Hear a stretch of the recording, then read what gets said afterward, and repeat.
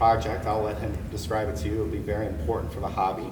He's also the publisher of the weekly eSylum e-newsletter, which is probably the must-read numismatic email chainmail for the hobby's most illustrious and researched collectors and enthusiasts.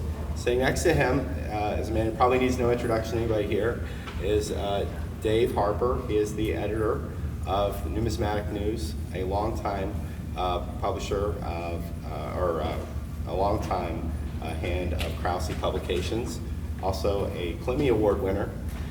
Sitting next to him is Ron Guth, is the president of PCGS CoinFacts. He founded CoinFacts in 1999. He is also a noted author of several books, and he is releasing later this month 100 Greatest Women on Coins, published by Whitman. Sitting next to him is editor-at-large, former editor-in-chief, I guess, of Coin World, the largest online, or the largest publication, a weekly and monthly publication in the coin industry, a very important and storied franchise, and he has many great insights as to how Coin World is going from the print age to the digital age. That is CoinWeek, my colleague, CoinWeek executive producer, President David Lisot, who many of you will have known for decades as the videographer of the numismatic hobby. He has been to probably well over 1,000 conventions and has filmed countless hours of, recorded countless hours of numismatic lectures and interviews, and is basically maybe the only archivist we have on video for much of the last 30 years of the hobby. So anyway, I'd like to give our panel a round of applause, and we will start. Okay, my name's Wayne Homren. I'm a longtime hobbyist and collector, first out of Pittsburgh, now I'm in the Northern Virginia area. My collecting interests are primarily U.S. Civil War tokens, medals, and also numismatic literature. Back in 1997, I started the eSylum as an electronic newsletter for my club, the Numismatic Bibliomania Society. Done it week after week all these years, and it's been thank you. It's been a marvelous way to stay connected with everyone in the hobby. My latest venture, I suppose you could say, is working with the Newman Numismatic Portal. They came to me after learning of my coin library project, which is basically the thought of building a website that basically is a one-stop shop for all your basic numismatic information.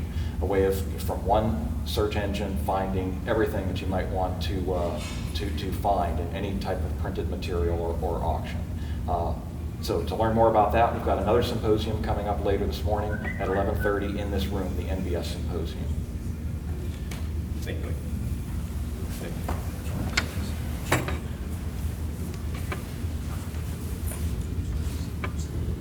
It's an honor to be here this morning. I'm Dave Harper. I'm editor of Numismatic News. The very first article that I ever wrote was the result of a contest in Coins magazine called What's the Story? They would publish a little element of a coin and black out everything else, and you had to identify it and you had to tell an interesting story about it. And I thought that was neat, and so I rose to the challenge and I sent them a manuscript when I was 15 years old, and I happened to win that month's contest. I thought that was the neatest thing in the world, so I just kept entering. So they finally changed the rules and said you had to wait 2 years to send your next submission. So then I had to get in the door another way. So I had them hire me in 1978, and I've been there ever since. It's been a great ride on the print media, and I'm here to talk about where we're going in the future, and I have some thoughts on it. When Scott was very kind enough to invite me to participate on this panel, I quickly dashed off a couple of notes so I wouldn't lose my place and go way off topic. So thank you very much for allowing me to be here this morning.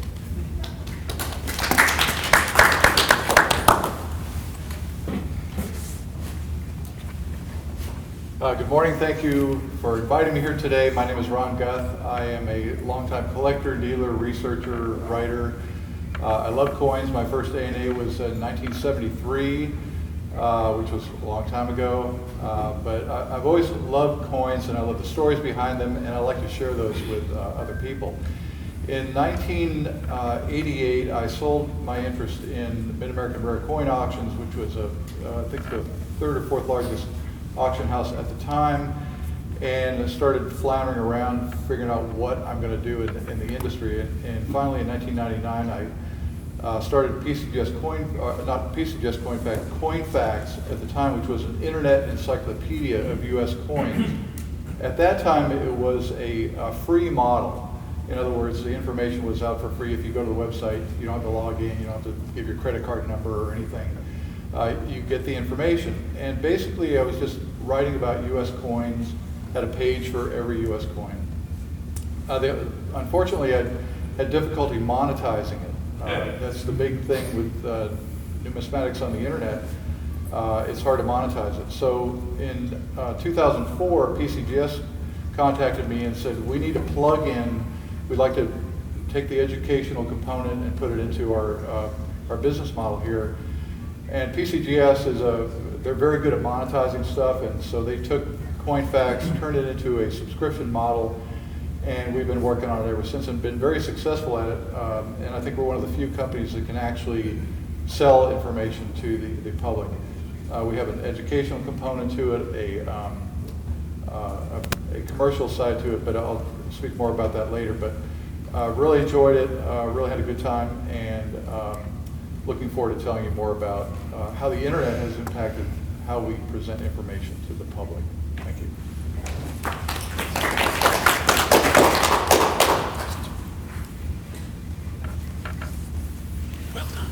I'm Steve Roach, and I'm the editor-at-large of CoinWorld. CoinWorld remains the largest coin publication in the world. We have a monthly issue, and then we have weekly issues, which is the more traditional newspaper that people are used to. The circulation for our monthly continues to be pretty robust. We're at 60 to 65,000. The weekly, of course, is less than that. For us, the big challenge is something that we've had since the 60s. It's the combination of balancing finding new collectors and engaging the ones that we already have. It's about now balancing the needs of the print readership, balancing what those people are looking for, combined with the immediacy of the internet. And CoinWorld has long been adaptable, trying new products to be able to fit the needs of the current marketplace. Before we would do this with print publications, it would be something like, who here remembers Money Card Collector?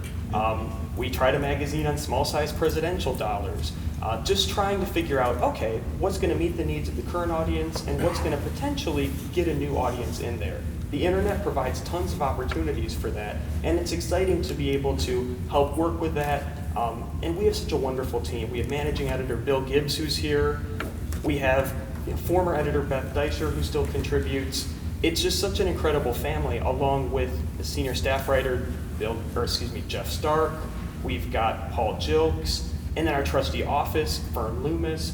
We're such a great team, and that team mentality really helps us try to tackle challenges and figure out what do our collectors need and how can we provide technological solutions that can try to meet collectors where they are while still bringing in new ones. But it's a challenge, as we'll talk about.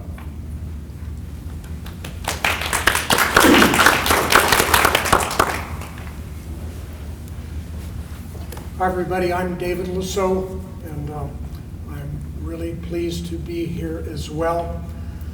I remember washing dishes for my mother in Aruba and being paid in 10th guilders from the Netherlands and Tillies.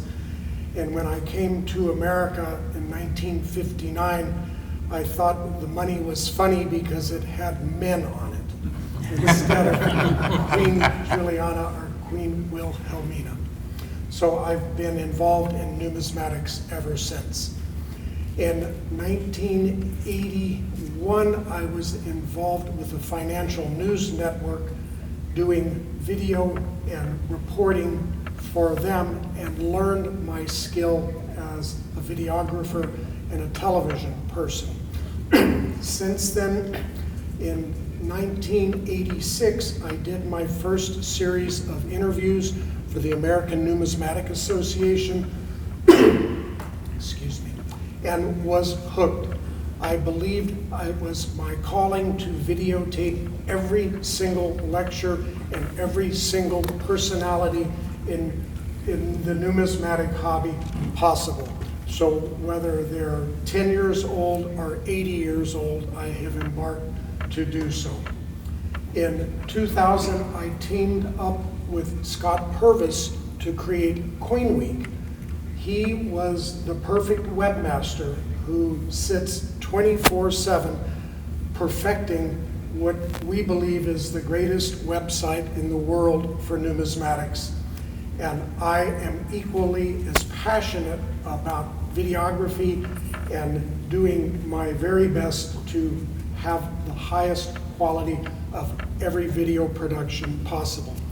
We teamed up and with his news and my videos created CoinWeek. A few years ago, we added this fine young man, Charles Morgan, who is a consummate writer, also a very good television personality with his interviews and his market reports. And we work together every day to update the coin industry, hobby, business-wise, collector-wise, dealer-wise, on the website so that every collector for free can tune in and get the most accurate information of what's going on in the numismatic trade. And all of these people contribute to the hobby in terms of intellect and information, and so many people in the audience too, and we are a wonderful and proud bunch of folks, and it is a pleasure to be associated with all of you.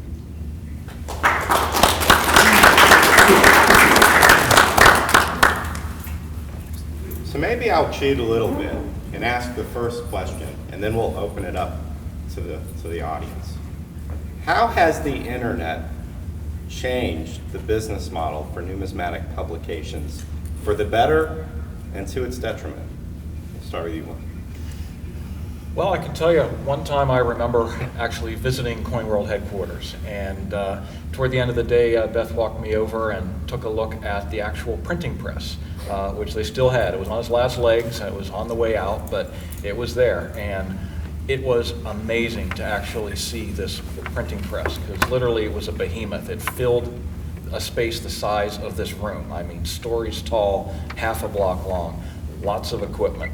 That gives you a feel for what it took to be a publisher back in the day of print publishing. Very, very expensive. That machine cost God knows how much. People to run it, shipping all the printed copies all around the world, etc. Very, very expensive. You fast forward to the internet age, come 1997 when I started the e-Asylum, it's just me and a laptop. One guy and a laptop, and it cost me $0 to publish it. Right? And electronic ink is free. Electronic paper is free. I could publish as much or as little as I want. And that's a big change in the model. Websites today are possible. You can reach a very wide audience with a skeleton crew. One or two people can run a very powerful website. So that's just kind of the fact. I guess I'll leave it to the rest of you to talk about how you monetize that. I mean, for me, I did it for free because I could. I had no overhead, no expenses. I did it for free for ages. Started putting a few ads in just to get a little bit of lunch money, and that's all it was for the longest time. And then after a while, I kind of did the calculations, and I was making about as much as somebody flipping burgers in McDonald's. It kept on going. I got more advertisers, and today I'm probably up to, maybe $15, $20 an hour for all the time I put into it. But it's fun. I mean, as I said at the beginning, I'm a collector, I'm a hobbyist, I do this for fun. It's meant to be a money-making venture for me. But it's definitely a very different model. I will never be a journalist of the likes of the folks we have here in this room.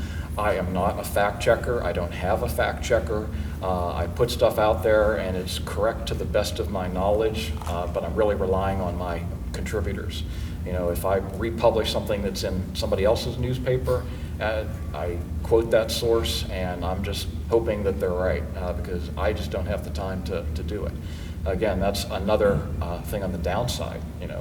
People tell me I have a scholarly publication and I look at them and roll my eyes like, what? Nuts. This is the internet. What do you want for free? To get really good writers like Bill Gibbs and the like, you got to pay their subscription fee, and pay their salaries. So that's part of the difference. Maybe I'll stop there. How about you? Okay, well, first I have to say I'm a big admirer of Wayne and Asylum. What he has done all these years has been wonderful for numismatics generally, and for me specifically. I learned a lot reading your publication. But before I go any further to answer your question, I think it probably would be helpful to stop a moment and say, what was the old business model? And for newspapers and magazines, basically you had two revenue streams, which would pay my salary and everybody else who worked in publishing. You had advertisers who would place ads in the print products in order to offer what they had for sale to the audience, which were the subscribers. And the subscribers would pay subscriptions, which was the second revenue stream, and that would basically support all of us trying to make a living. Well, that has been totally upended because of people like Wayne who are willing to work for free.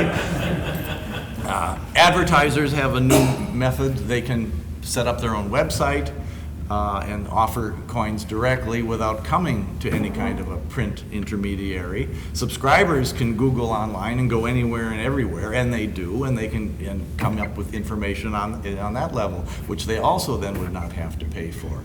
So it's always our challenge to create content, and we put it online, and to make it as interesting as possible so that people hear about it or Google it or will come up with the SEO searches, and they'll read it. However, what we haven't figured out how to do is monetizing our content online at the same level that it's being monetized in print.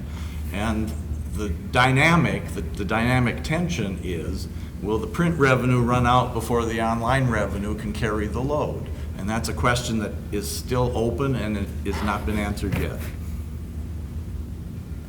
Yeah, Ron. I think the biggest impact that I've seen that the internet has had has been the accessibility to information. When I flew out here, I got my GoGo in-flight subscription going, and I was able to access whatever I needed from the seat of my airplane 30,000 feet up in the air. I can come to a show, and of course the first thing I ask when I go to the hotel, do you have Wi-Fi? Go to the show, do you have Wi-Fi? Because once you have access to the internet, you can access anything.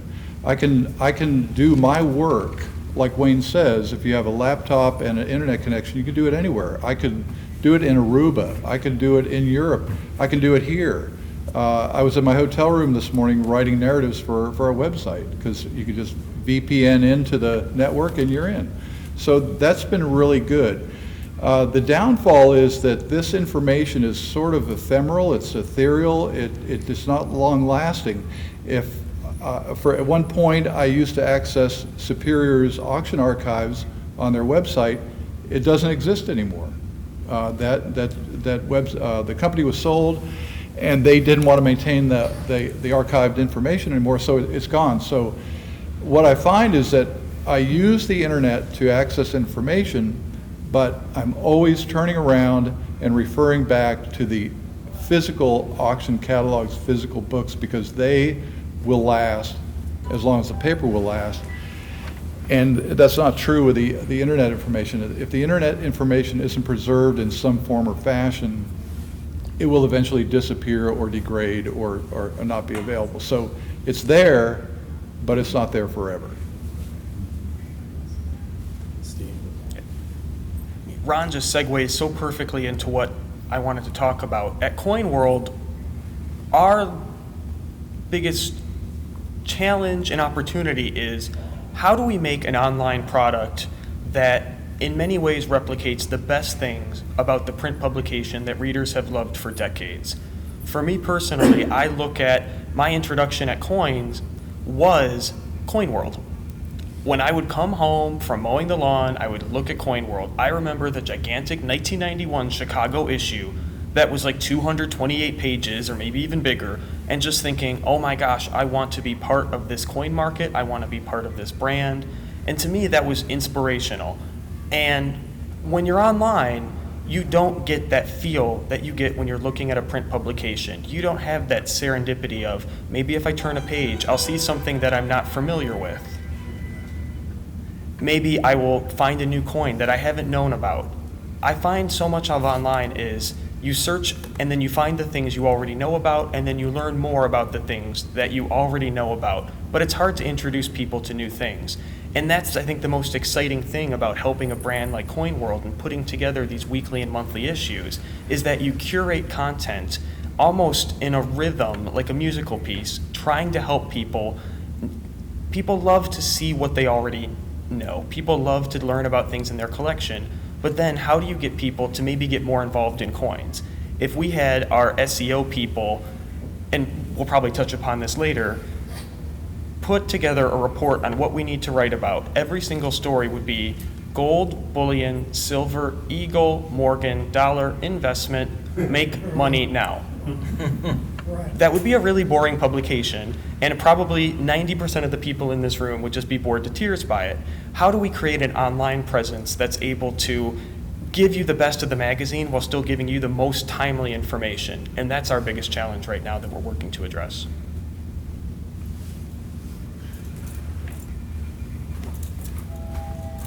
Thank you all for your patience. We're doing double roll. But this illustrates how impactful the internet has been on the numismatic hobby. I said my background was in television doing numismatics for a financial station.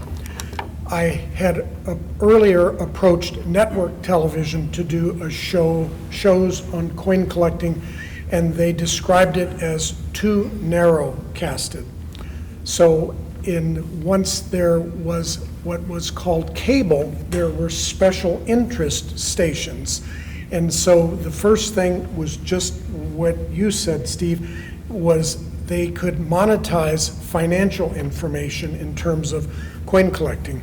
I remember when PCGS launched in 1986, and it was shortly before or after the American Eagle came out, so the networks were really rife and primed for information about coin collecting. Once that kind of took its turn, there was no real venue to have coins on television because, again, it was so narrow cast. Collectibles could work, auction companies could work, the Pawn Stars thing, I lament that the collectibles thing has devolved into such a proletarian type of thing instead of a masterpiece theater thing. So anyway, when the internet was started to get going, that was the whole idea. We could create specialty channels on the internet. And so there were many configurations of doing internet programming about coins, and that's what CoinWeek hopes to achieve, is as much video information and television about coin collecting on the internet as a specialty channel. The difficulty is monetizing it. What a great effort eSylum is, and how much we truly appreciate everyone in the room. If you don't do that and find out about it, it's a great publication. With a way to monetize video on television, on the internet, you have to either do paid programming, have advertising in the programming, have banners on the side where the programming exists. So it's still a challenge to figure out how to do it. We all have a vested interest in monetizing it, and it is incumbent on everyone in the audience to preach the message, to proselytize that coins are available on the internet. And every publication and every print publication still needs the support of us, and to have every new person into the fold to be shared with about the different ways that they can find out about numismatics. Let's take some audience questions. It looks like this young man, Mr. Smith, has one. People say, hey, hello, Mr. Young Man, I look around and see what it's like. Which brings up a point of being an old guy. Let's just generally say we have a room full of people who have experience writing for print and can write a 2,000-word article for print on a topic with a certain depth.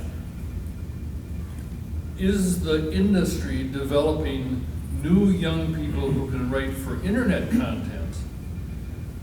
Are they coming out of the scholarly numismatic side? Are they coming out of the video game world? Will there be a cadre of quality internet content producers? And can they produce the equivalent of the 2,000-word article, or does everybody lose interest after 500 words now? Again, is there the ability to have the scholarly dissertation in the internet side, or the digital side? Well, let me jump in there. There's certainly the ability to have it. I'm sure Wayne would be willing to look at it in the asylum. But the challenge is to attract people online who are looking for their 15 seconds of news headline to actually sit and read the entire article. So the question isn't so much as are the articles available, the question is there an audience out there who's willing to spend the time to read them? Going to your question on the training new people and training young people. So the history of Coin World kind of has people coming from two different worlds. People who come in from a journalism background with either a curiosity about history or material culture, or coin collectors who want to write about their hobby. Historically, the first have had longer careers at Coin World because they're able to write about a diverse set of topics. Collectors like to write about the things that they like to write about.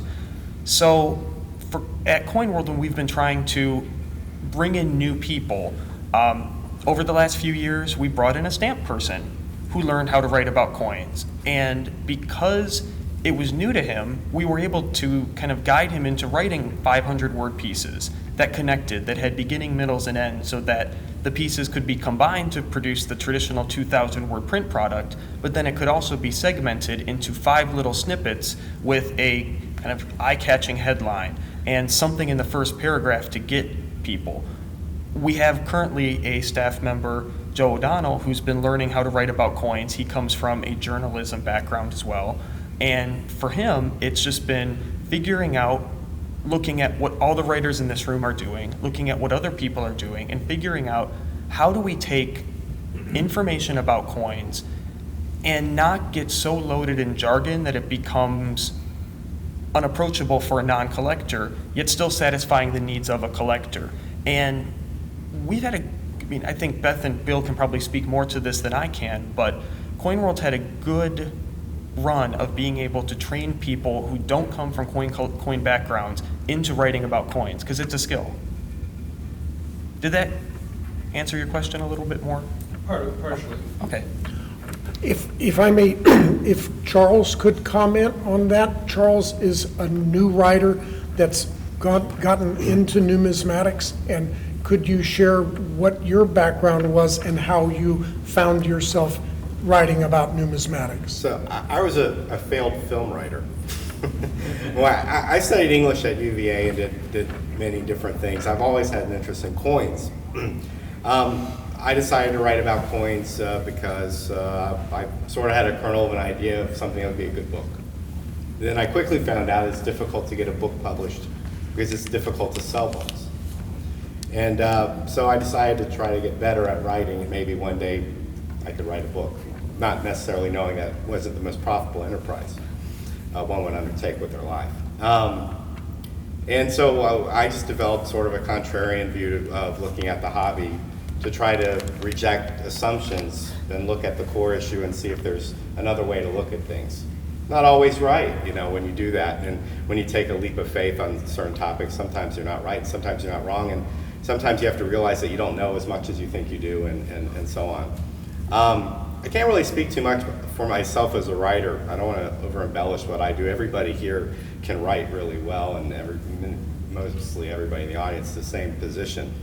But I will comment on the fact that it is very difficult to bring new writers into the hobby. It is and CoinWorld has probably done as good a job as anybody, because it's really an investment.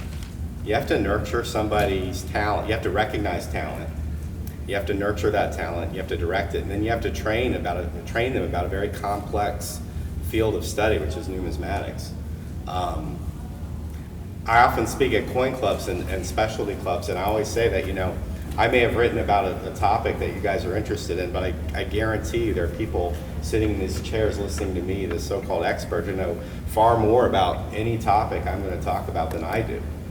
And so the challenge is to how does that expertise translate into an interesting narrative? Because, talking about, difference in die varieties is all well and good if you're a collector and that's what you're trying to put together, but it's pretty dry and it doesn't really sell, So we've had just as much of a challenge as anybody bringing in new talent to the field. Another thing that affects all the, is the monetary aspect. It's very difficult to entice someone to stay in a career path where there's no certainty of job, no certainty of a raise. And I don't know what I guess you guys probably all make six figures at CoinWorld. but in all seriousness, no, you are capping out at a certain level. So the people who want to stay in any sort of writing industry, and even with regular straight news reporting, it's a certain type of person who's willing to sacrifice for their family and for themselves to carry something they're really passionate about. So that is a challenge, but I'm sure every generation in our numismatic hobby, people have risen to the occasion. And every single one of you guys was young once, and many of you still are. But we all get into the hobby, and we all stick with it. So the torch will be carried. We don't know by whom necessarily, but it will be carried because it has been carried for well over 100 years. So. All right, and next question. Yes, sir.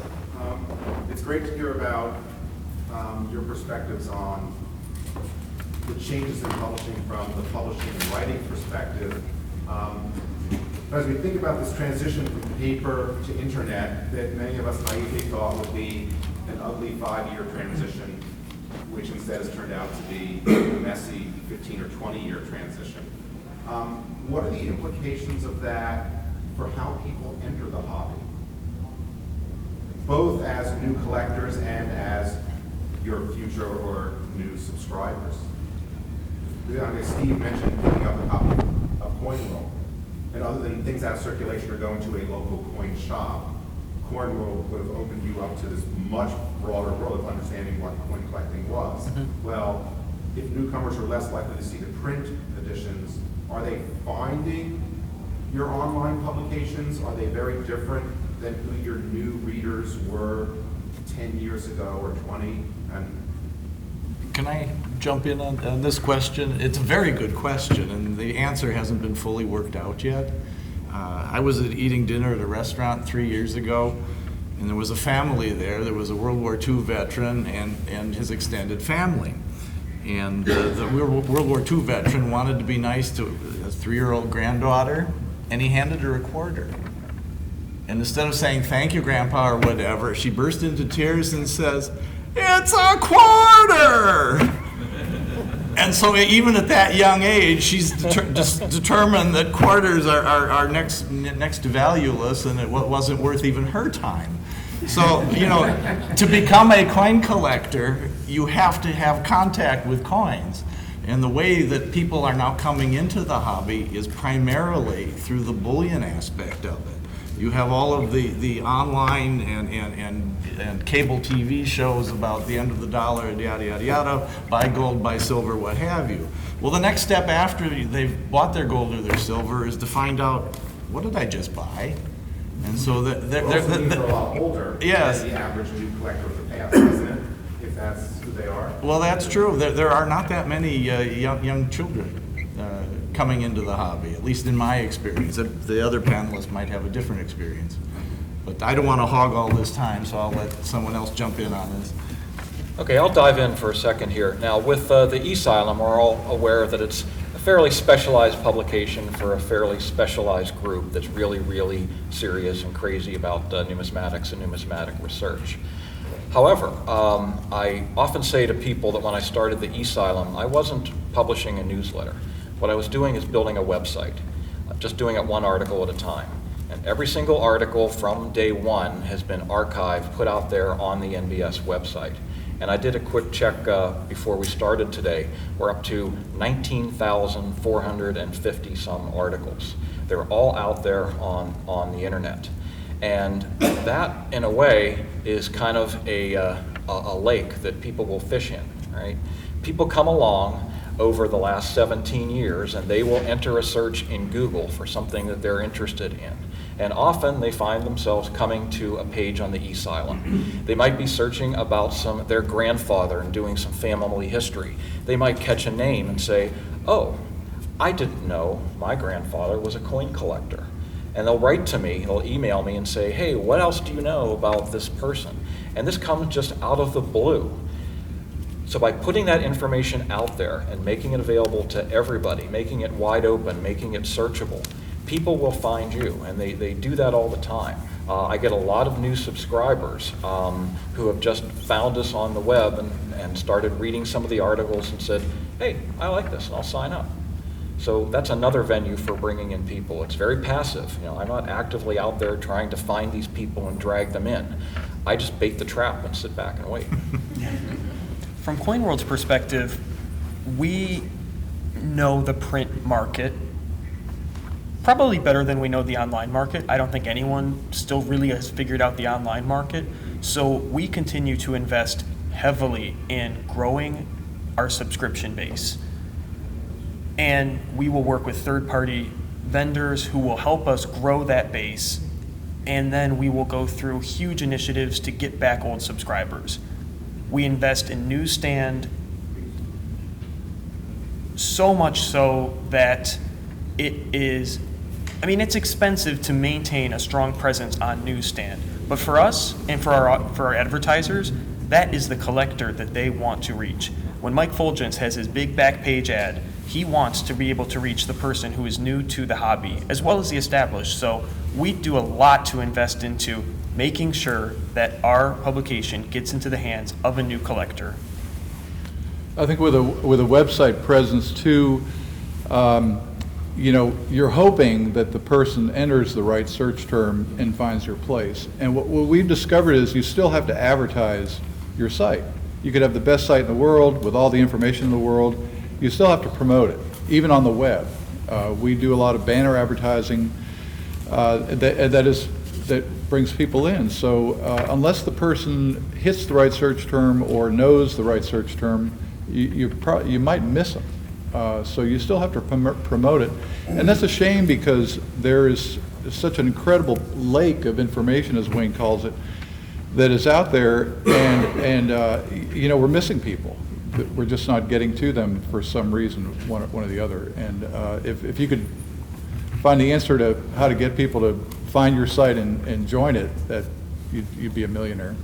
So Ron, to follow up on what you're saying, PCGS is an interesting position that the rest of us really aren't in, is the fact that there's a direct corollary between the product and service that PCGS offers the hobby, which is a certified coin, and the way that information is married to CoinFacts. So when you look up a coin by a certification number, you'll get a page, you can click and view it on CoinFacts. If you're a subscriber, you get all this information. But that is definitely an interesting monetization policy, that your information is almost like specific to the individual collector, to the individual transaction of the coin that they're looking at. Yeah. It's definitely coin specific. You enter the PCGS number, you come up with that page, and you get only that page. Now you can go to a mother page that has information about the whole series, but generally the people that come on there are going right to one thing. And if you think about the way that the auction catalogs present their information, at the end of many of the descriptions is a PCGS number. And that's there specifically so that people who are sitting in the audience or in their hotel room on a computer, they enter that PCGS number and they get all that information about the coin. They get the price history, the auction prices realized, the population report data, that sort of thing. And if you go to auctions nowadays, back in the day, it was standing room only, there'd be hundreds of people in there. Nowadays, you go in there, there's 20 people, but that means there's, 50 people in their hotel rooms, and they're bidding discreetly and secretly, quietly, so that no one's watching who's bidding. We don't even know who's bidding anymore. If you're doing pedigree research, you don't know who's bidding.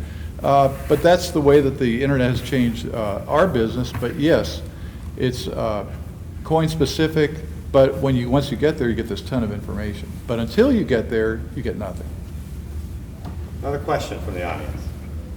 Yes, sir. I'd like to address the technology for a few minutes, or for a question. I find I don't like reading your output on screen, okay? And in analyzing my own personal preference, I'd like to have something in my hands, like a newspaper or a book. We got tablets, we got iPhones, we got, laptops, the whole works. But some of your stuff, I have problems transitioning from the gateway, like my desktop or laptop, into this thing I can hold in my hands. Have you experienced anything like that?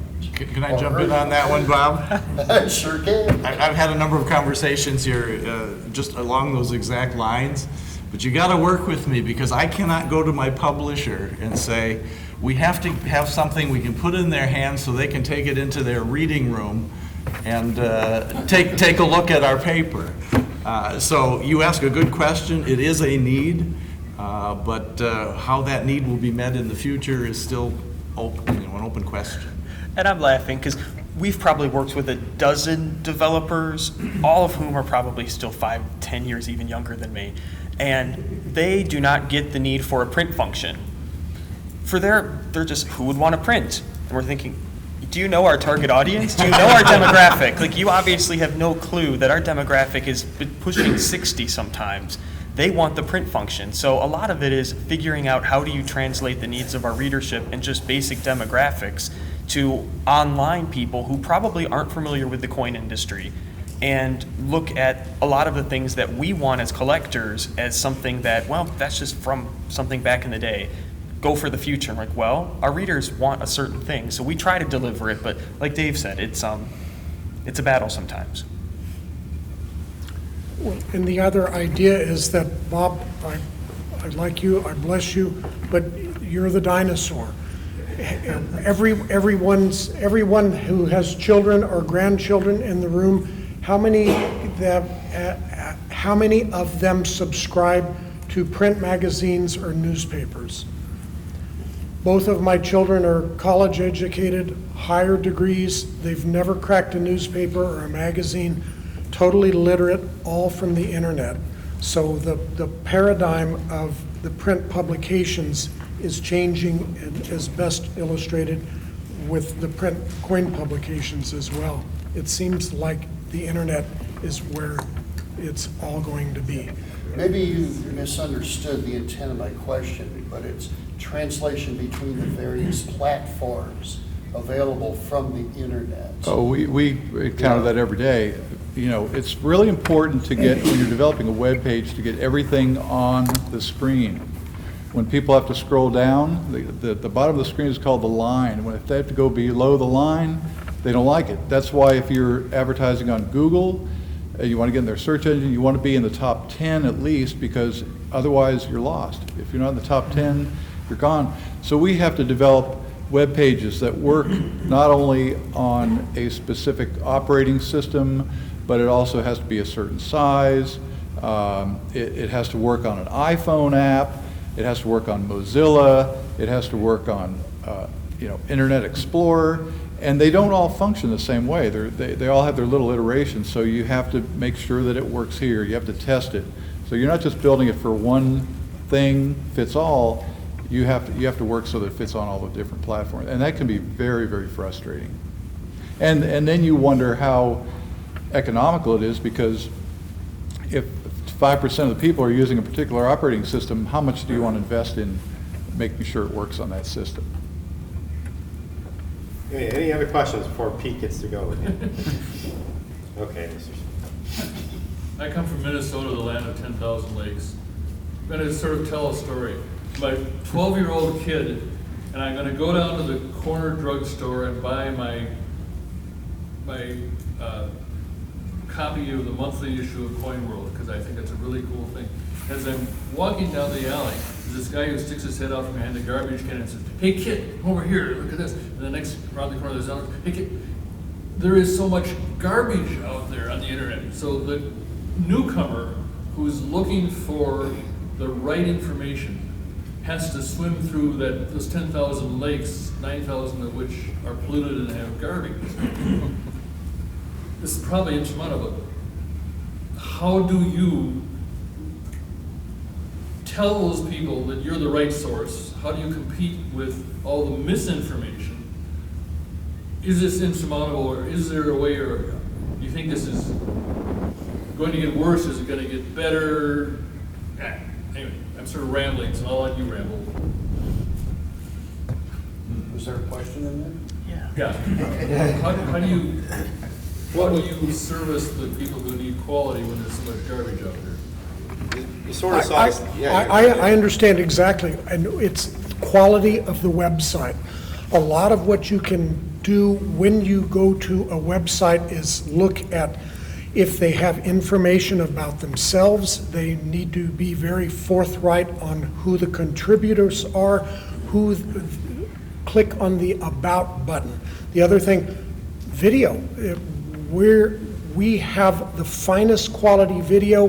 When you go to a website that has crummy quality, it's kind of indicative of the content. So that's one indication that you can have is the quality of the website itself.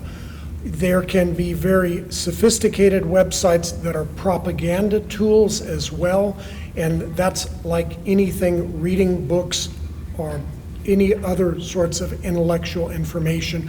People just have to be able to discern themselves the agenda of the people that are communicating. Do you think America is educating its youth to be able to tell that there is propaganda and commercial ventures? Not at all. The bar is so low, it's disappointing, and I would recommend a good movie called Idiocracy. If those of you who know it. The trend is, I believe, my ex-wife was in education and my daughter is in education as well. The bar of intellect has gotten so low. The people that are in college now can't even match their nominatives and their predicates.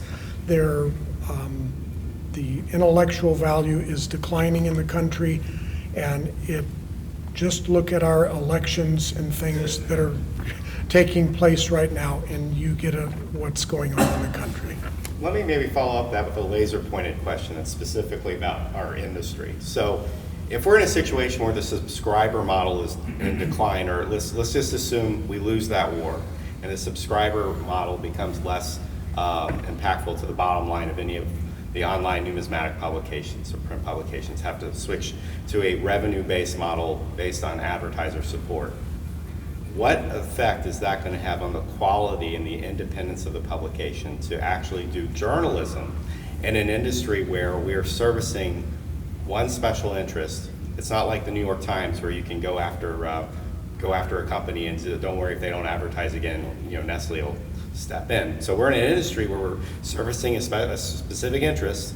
The advertiser support is what's propping us up the business model, and the customer, the consumer getting the information is not investing their own capital to make sure that they get information that's unbiased. So how do we deal with this challenge?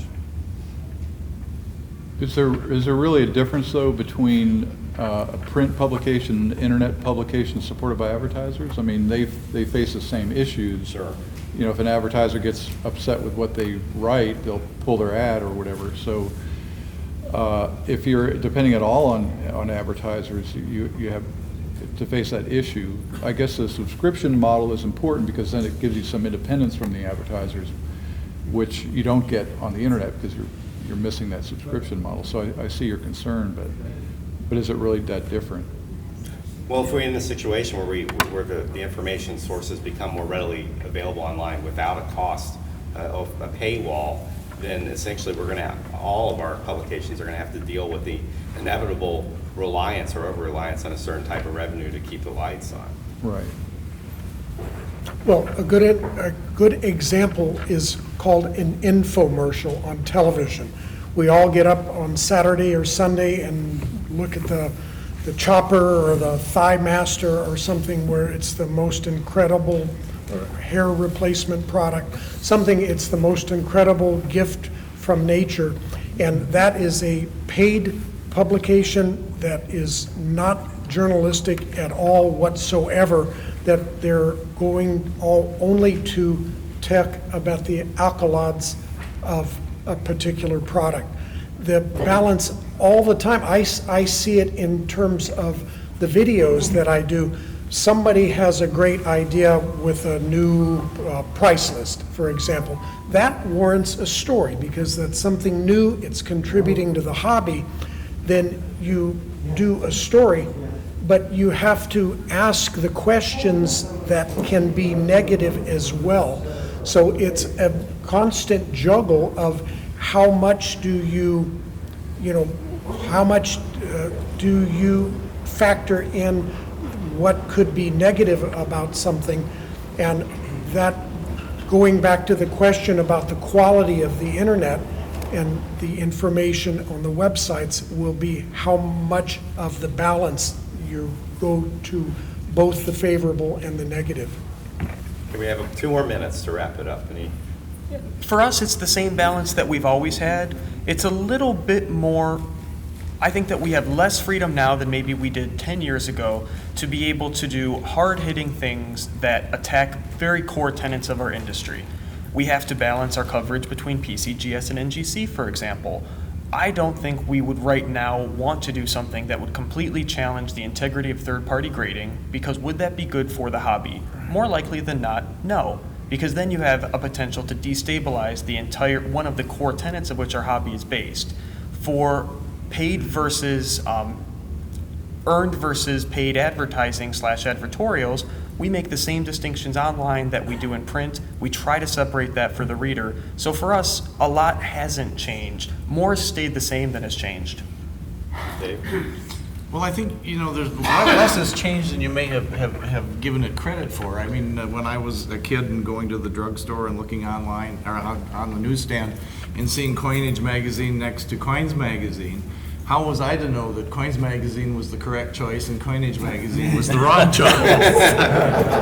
Major burn. So, yes. So, I mean, there is no way to let people go out there and look at the world, discover the world, and find their own way. And we may lose some, and I think that's always been true.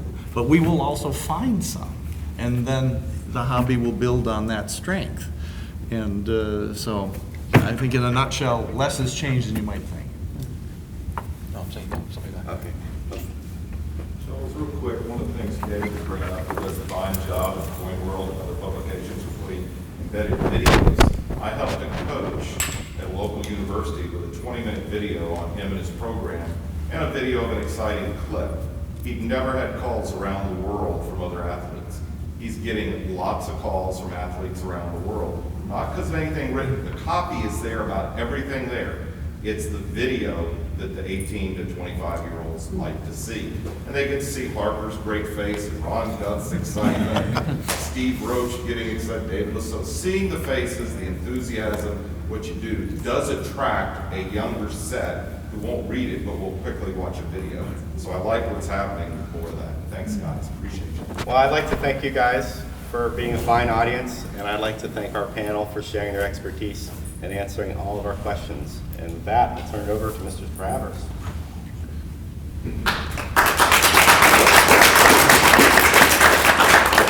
I have to say, in all of the years I've participated in NLG symposiums, this is among the very finest group of speakers, the most extraordinary information that I've ever heard. All of our panel today, every member of this panel deserves a very warm round of applause for the extraordinary information presented in a well-balanced and tasteful manner. Ladies and gentlemen.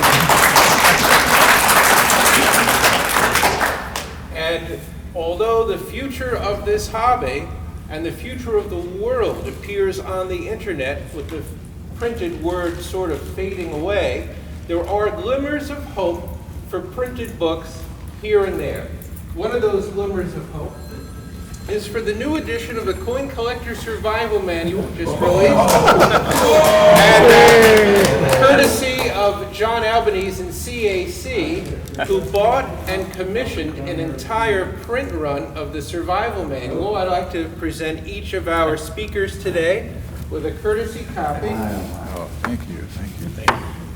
Of the Coin Collector's Survival Manual. This actually is a collector's edition because you see there's a CAC sticker printed by Random House on the front cover of the book, and these CAC stickers will only appear on the special print run commissioned by John Albanese. So we thank John for that and for keeping printed books alive, and a reminder to all of you about the Numismatic Literary Guild Bash and Awards ceremony tonight at 7:30 at the Hyatt Rosemont in the Grand Ballroom A and B. Tickets are on sale. Bob Julian, NLG Stalwart, has tickets available. Maurice Rosen, one of our award coordinators, has tickets available.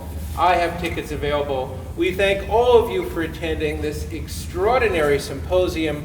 Special thanks to our great speakers, to Charles Morgan for everything he's done up here today and for all the great work that he does for CoinWeek.com. Many of these internet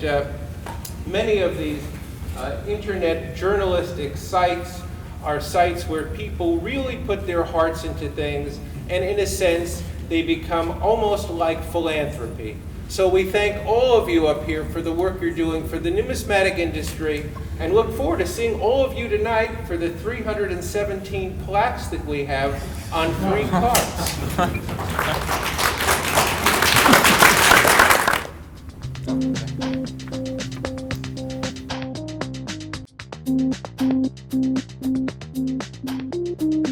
If you like this video, we're sure you'll love these 3 videos. And please subscribe to our YouTube channel. CoinWeek is the #1 source online for all things numismatic. Visit www.coinweek.com to take your hobby to the next level.